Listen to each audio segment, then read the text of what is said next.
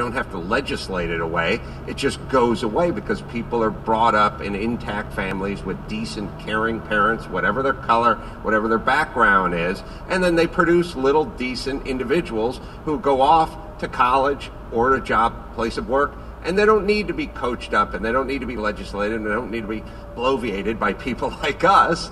They grew up in an intact family. So my feeling is all the stuff we're talking about is at the outside of the rim. The hub is the family, and the discussions should center around the family and who is creating these people who think it'd be a good idea to put a baseball bat to the window of a Starbucks in their community.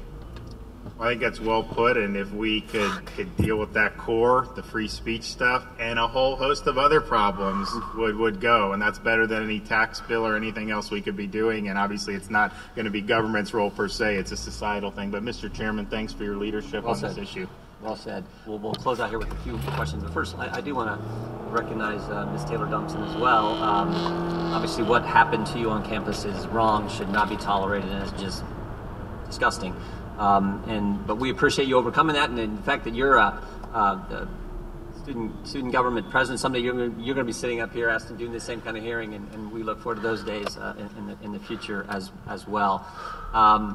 But my guess is at American University they probably had some diversity training. They probably had some bias training.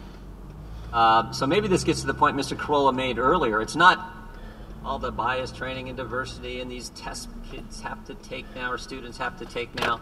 Let me just go to Mr. Shapiro. Do you think